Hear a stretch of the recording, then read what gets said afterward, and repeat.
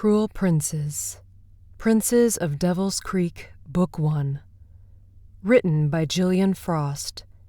Narrated by Paige Reisenfeld and P.J. Freeborn. The following day, I woke up to my wrists and ankles burning, red-hot pains searing throughout my body. I figured it had to be a dream, except it was far from one. I gasped at my arms and legs tied to the bedposts as I opened my eyes. I tried to sit up, but the knots were too tight.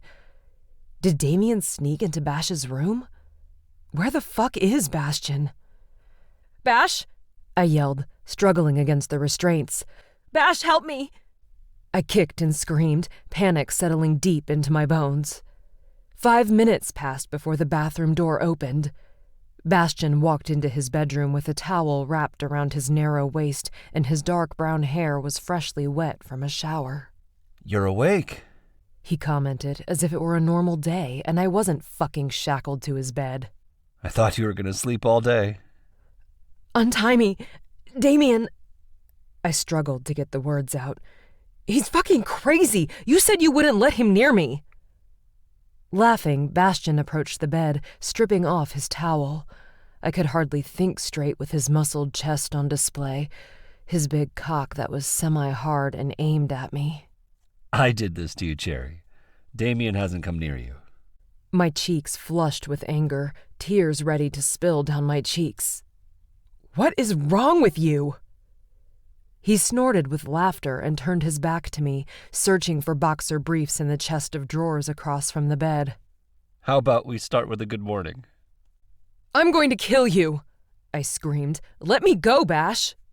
"Last night you said you wanted to learn more about me. Are you reconsidering?" I kicked my feet again, but it only made the ropes dig into my skin more. "I meant for you to open up and tell me personal things, not chain me to your fucking bed." After pulling on a pair of boxer briefs, he strutted over to the bed, looking like a gilded god. Bastion sat on the mattress beside me and tapped my thigh with his fingers. "Look at you, Cherry." He licked his lips as he appraised my naked body.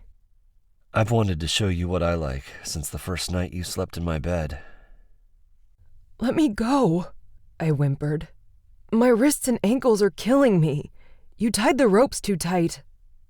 "I was hoping you'd be into this," he said with a frown, carefully studying his handiwork. "So far you haven't disappointed me." "Well, I'm not into this shit." I couldn't even move my hand to reach over and tug on the knot. "It hurts, and not the good pain like when you spank me."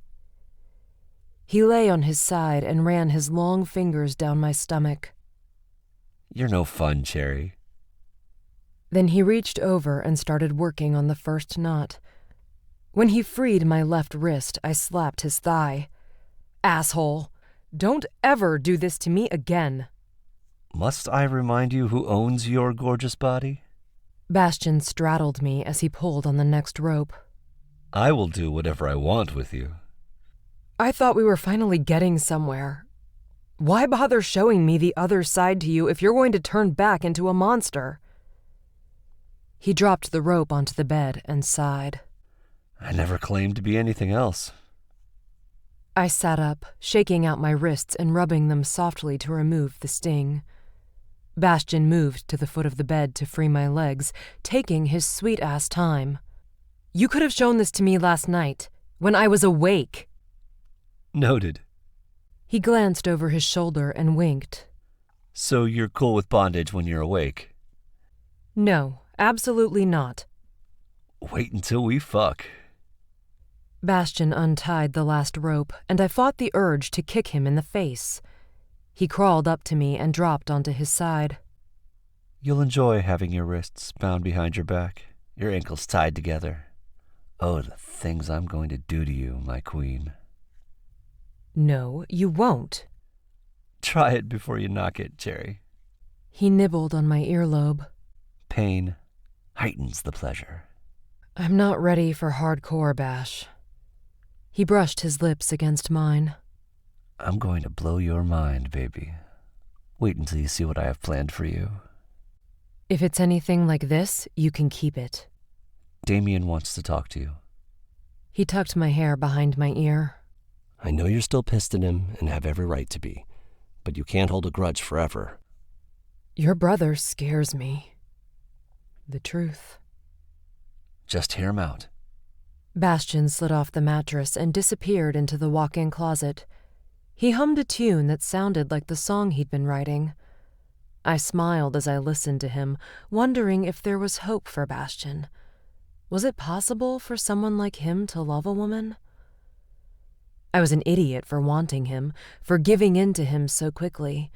But after seeing his softer side, I was desperate to learn more about him. Bastian emerged from his closet, dressed in a black suit with a red tie and black wingtips. He always looked like $1 billion. I let my legs dangle off the side of the bed and waited for him to close the distance between us. I'll talk to Damian, but you better promise not to let him near me when you're not around. He nodded. I'll do my best. Fine. Give me a minute to get dressed. He grabbed my ass as I bent over to collect my clothing from the floor. After I'd changed into my pajamas and fixed my hair, Bastian opened his bedroom door. D, get your ass in here. Damian strolled into the room, dressed in a black suit and tie, his entire wardrobe devoid of color. Clasping a bundle of flowers in his hand, he walked past Bastian, who patted him on the shoulder. He dropped to his knees in front of me and offered me the dark burgundy flowers. Black dahlias? I took them from his hand and looked over at Bastian. Interesting choice. A flower that signifies betrayal. I'm sorry. He muttered, unable to meet my gaze. I didn't mean to hurt you. Bastian tipped his head, gesturing for me to touch his brother.